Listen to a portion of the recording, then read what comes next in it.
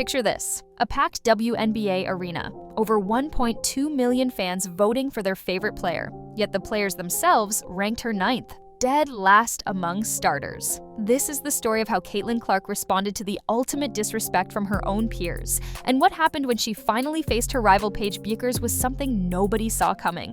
If you're ready to see how Clark turned controversy into WNBA history, comment Clark for MVP right now. And hit that subscribe button, because what I'm about to tell you will change how you see women's basketball forever. The drama started when the 2025 WNBA All-Star voting results dropped like a bomb. Caitlin Clark received a record-shattering 1,293,526 fan votes. That's more votes than the entire 2023 All-Star Game combined. Think about that for a second.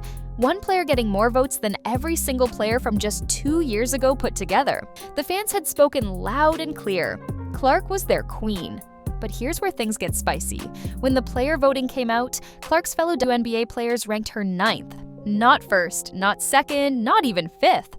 9th among guards eligible for the All-Star Game. The same player she was destroying on the court thought 8 other guards were better than her. The disrespect was so obvious that even ESPN analysts called it harsh. This wasn't just a snub, this was a message, and everyone knew exactly what that message was. The voting breakdown was even more revealing. Clark finished 1st in fan voting by a massive margin. She placed 3rd in media voting, which made sense given her up-and-down season. But 9th in player voting? Behind players having objectively worse statistical seasons, it felt personal, like the old guard was trying to put the new sensation in her place. Some players later claimed they hadn't watched enough Fever games to properly evaluate Clark. Right, because professional basketball players don't watch the most talked about player in their own league. That excuse was weaker than gas station coffee. Meanwhile, her college rival Paige Bueckers was living her best life. The Dallas Wings' #1 pick was averaging nearly 18 points per game. She'd become the 6th rookie ever to start an All-Star game. Media loved her, players respected her. She was everything the establishment wanted in a star. Smooth, efficient, and most importantly, she didn't rock the boat like Clark did. Where Clark was lightning, Bueckers was silk. Both effective, but one definitely made more noise. The rivalry that started in high school was reaching a boiling point. These two had been compared since they were teenagers. Clark with her logo threes and flashy passes, Bueckers with her fundamentals and team-first mentality. College basketball fans picked sides like it was Team Edward versus Team Jacob, except with way better jump shots. Their college battles were legendary. Clark's Iowa teams beat Bueckers' UConn squad twice in 3 meetings, including a 41-point masterpiece that sent Geno Auriemma's team home early. Their first meeting happened at the USA Basketball U16 trials. 2 15-year-olds who'd already been crowned the future of women's basketball. Clark remembers Bueckers being smooth even back then. Bueckers recalls Clark's range being ridiculous for someone that young. They pushed each other from day one. Every drill was a competition, every scrimmage was a war. The coaches just stood back and watched greatness recognize greatness. That mutual respect would follow them through every level of basketball. But the WNBA was supposed to be different. This was where Bueckers would finally prove she was the better pro. Even Auriemma himself had thrown shade at Clark, questioning if her style would work at the next level. He basically said Bueckers had the right skill set for the pros, while Clark was just a college sensation. Ouch! Talk about choosing favorites. But Geno wasn't done. He kept pushing the narrative that Clark's shot selection was questionable, that she took too many risks, that the WNBA would expose her weaknesses. It was like he was writing Bueckers' victory speech before they even played. The psychological warfare from Auriemma was next level. He'd spent years watching Clark torch his UConn teams. Now he had a chance for revenge through his prized pupil. Every interview, every podcast appearance, he'd slip in subtle digs about sustainable playing styles and professional habits. Translation: Clark's a gunner who won't last. The basketball world ate it up, old school versus new school, fundamentals versus flair. The debate raged on social media daily. Then came the week that changed everything. Clark and Bueckers were supposed to face off for the first time as pros. The game was circled on every basketball fan's calendar. ABC picked it up nationally. Ticket prices went through the roof. This was the matchup everyone had been waiting for since draft night. But Clark's body had other plans. A groin injury knocked her out of not 1 but 2 games, including the first Bueckers showdown. Fans were devastated. Haters said she was ducking the smoke. The basketball gods seemed determined to keep this rivalry on ice. During Clark's absence, something interesting happened. Bueckers went on record defending her rival. She called the pressure on Clark inhumane and said people expected perfection every single night. This wasn't some PR move either. Bueckers genuinely seemed to understand what Clark was going through. Maybe because she knew that spotlight would eventually find her too. It was a classy move that reminded everyone these weren't just rivals, but two young women trying to navigate an impossible situation. Behind the scenes at the Indiana Fever, a civil war was brewing. Clark wanted to play fast, push the pace, create highlight reel moments. But Coach Stephanie White had other ideas. She preferred a slower, more methodical approach. Half-court sets, structured offense, everything Clark wasn't about. The tension exploded during a game against Atlanta when cameras caught Clark and White in a heated sideline argument. You could see the frustration on Clark's face. She was being asked to play a style that went against every instinct she had. It was like asking Steph Curry to stop shooting threes. Sources inside the organization later revealed the argument went deeper than just pace. White wanted Clark to reduce her three-point attempts and focus on getting others involved first. Clark countered that her shooting gravity was what created opportunities for teammates. Both had valid points, but only one was the franchise player. The power struggle was affecting everyone. Assistant coaches didn't know which philosophy to support. Players were caught in the middle, trying to please both their coach and their star. The philosophical clash was killing the Fever's chemistry. Players didn't know whether to follow Clark's vision or White's system. Possessions became confused messes. Fast break opportunities died because nobody knew if they should push or pull back. The team that should have been must-see TV was becoming painful to watch. Clark even admitted they couldn't string together consistent performances, alternating between good games and complete disasters. Making matters worse, Clark was in the middle of a historic shooting slump. She'd made just one of her last 28 three-pointers in road games. The player known for logo bombs was suddenly allergic to making shots away from home. Critics pounced. "See," they said, "this is what happens when the competition gets real."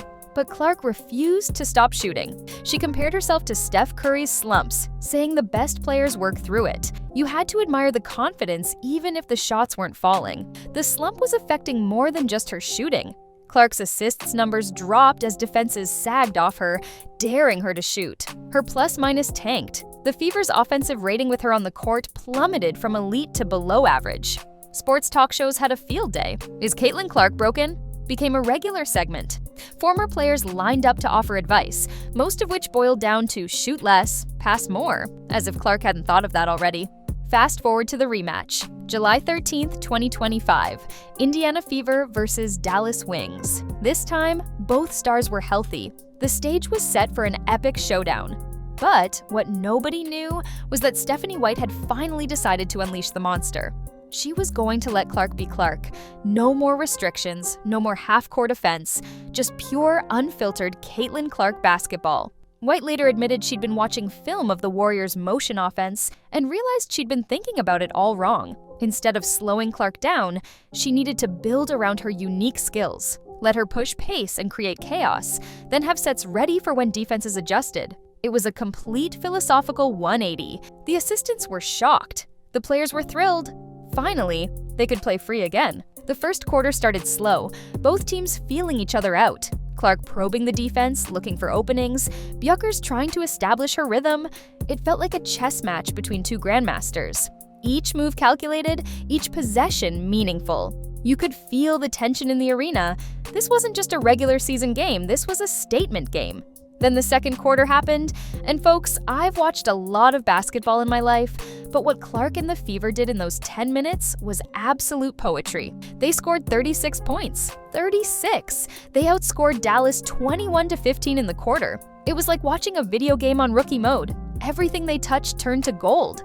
Clark was finding teammates with passes that defied physics, full-court bullets that hit players in stride, no-look dimes that had defenders spinning in circles. The signature play came at the 7-minute mark. Clark grabbed a defensive rebound, turned, and fired a 90-foot pass to Sophie Cunningham, who was already at half court. Cunningham caught it in stride and laid it in before the Wings knew what hit them. The crowd erupted. Even Bueckers shook her head in admiration. That's when everyone knew this wasn't going to be a normal game. This was Clark unleashed, and the Wings had no answer. Kelsey Mitchell caught fire, scoring 20 points on 8 of 12 shooting. She was getting so many open looks from Clark that it felt unfair. Like when you play your little brother in 2K and keep running the same play because he can't stop it. Natasha Howard was running the floor like she was 22 again, finishing 8 of 9 shots for 18 points. Even Aaliyah Boston was feasting inside, using her size advantage every time Clark drew the defense away. The franchise records started falling like dominoes. 64 points in the first half, breaking a 9-year-old record. Most points in a half by any WNBA team in 2025. 30 assists for the game, tying another franchise record. It was a complete dismantling of everything the Wings tried to do defensively. By halftime, the game was essentially over.